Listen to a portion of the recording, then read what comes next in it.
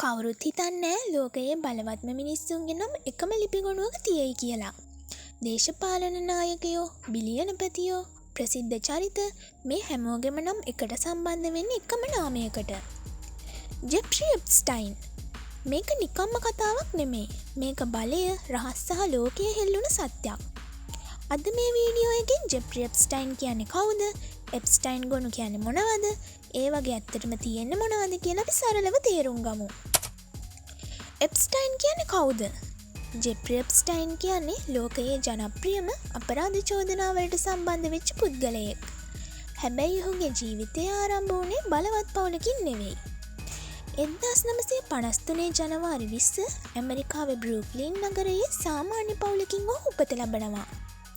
කුඩා කාලයේ ඉඳලා ගණිතයට විශේෂ දක්ෂතාවයක් තිබුණා. ඒ දක්ෂතාවයේ හේතුවෙන් ඉස්කෝලේ උසස් පන්තිවලටත් යවපු ඉතා බුද්ධිමත් ශිෂ්‍යයෙක් වුණා.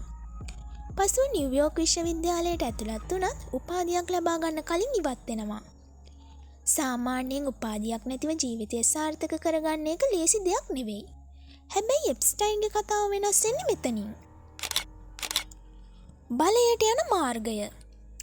උපාධියක් නැතිව නුවරක්කු ඩෝල්ටන් පාසල කියන ධනවත් පවුල්වල දරුවන් යන ඉස්කෝලයක ගණිත ගුරුවරයෙක් ලෙස ඔහුට රැකියාවක් ලැබෙනවා. ඒ ඉස්කෝලේදී බලවත් සහ ධනවත් පවුල්වල අය සමග ඔහු සබඳතා ගොඩනගා ගන්නවා. එයින් පසුව වෝල් වීදිය මූල්‍ය ලෝකයට ඇතුල් වෙලා ඉතා කෙටි කාලයකින් විශාල මුදලක් උපයා ගන්න ඔහුට පුළුවන් වෙනවා. පසුව ලෙක්ස්ලි වෙක්ස්නර් වගේ ලෝක ප්‍රසිද්ධ ව්‍යාපාරිකයන් සමග ඔහුට සමීප සම්බන්ධතා ඇති වෙනවා. ඒ සම්බන්ධතා හරහා එප්ස්ටයින් තමන්ගේ බලය සහ වත්කම් වේගයෙන් වැඩි කරගන්නවා. අවුරුදු කිහිපයකින් ඔහු පුද්ගලික ජෙට් යානා, මහල්, දූපත් සහ බලවත් සම්බන්ධතා ඇති ප්‍රබල පුද්ගලයෙක් බවට පත් වෙනවා. ලීවරේජ් කියන සංකල්පය. මෙතන වැදගත්ම වචනයක් තියෙනවා. ලීවරේජ්. ඒ කියන්නේ අනිත් මිනිස්සුන්ට බලපෑම් කරන්න පුළුවන් තොරතුරු හෝ බලයක්. සමහර වාර්තා අනුව එප්ස්ටයින් බලවත් පුද්ගලයන්ගේ රහස් සම්බන්ධතා සමග සම්බන්ධ වෙලා තිබුණා කියලා කියනවා. හැබැයි මේවා සියල්ලම චෝදනා සහ වාර්තා මට්ටමින් පවතින දේවල්. අපරාධ චෝදනා. 2005 දී ෆ්ලොරිඩා වලදී එප්ස්ටයින් ගැන පොලිස් පරීක්ෂණයක් ආරම්භ වෙනවා. බාල වයස්කාරදරියන්ට සම්බන්ධ බරපතල චෝදනා ඔහුට එල්ල වෙනවා. 2008 දී ඔහුට සීමිත දඬුවමක් ලැබෙනවා. මේ සිද්ධියෙන් පසු එප්ස්ටයින් ගැන විවාදය ලෝකය පුරා ව්‍යාප්ත වෙනවා. 2019 අත්අඩංගුවට ගැනීම සහ මරණය. 2019 දී එප්ස්ටයින් නැවතත් අත්අඩංගුවට ගන්නවා. මේ පාර චෝදනා ඉතා බරපතලයි. ලෝකයම හිතුවේ දැන් නම් මේ කතාවේ ඇත්ත එළියට එයි කියලා. හැබැයි 2019 අගෝස්තු 10 එප්ස්ටයින් හිරමැදිරියේදී මියගොස් ඇති බව වාර්තා වෙයි. නිල වාර්තාවලට අනුව ඔහු සියදිවි නසාගෙන ඇති බව සඳහන්. හැබැයි බොහෝ දෙනා විශ්වාස කරන්නේ මේ මරණය ගැන තව ප්‍රශ්න තියෙනවා කියලා.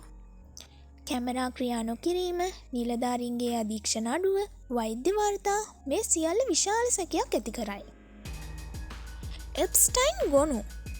එප්ස්ටයින් මරණයෙන් පසු ඔහුට සම්බන්ධ ලේඛන සහ වාර්තා ටිකෙන් ටික එළියට එන්න පටන් ගන්නවා. මේ ලේඛනවල ලෝක ප්‍රසිද්ධ පුද්ගලයන්ගේ නම් සඳහන් වීම ගැන වාර්තා පළ වෙනවා. වැදගත් දෙයක්.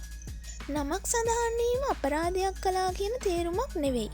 ඒක සම්බන්ධතා, හමුවීම හෝ වාර්තාවල සඳහන් වීමක් පමණක් වෙන්න පුළුවන්. සත්‍ය මොකද්ද? ජෙෆ්රි එප්ස්ටයින් අපරාධකාරයෙක්ද? නැත්නම් බලවත් ලෝකයක අඳුරු රහස්වල එක කොටසක්ද? ඔහුගේ මරණය සත්‍යයක්ද? නැත්නම් කුමන්ත්‍රණයක්ද? මේ ප්‍රශ්නවලට තාමත් සම්පූර්ණ උත්තරයක් නැහැ. ඔයාට මොකද හිතෙන්නේ? එප්ස්ටයින්ගේ මරණය ගැන ඔයාගේ අදහස් මොනවද? කමෙන්ට් එකක් දාන්න.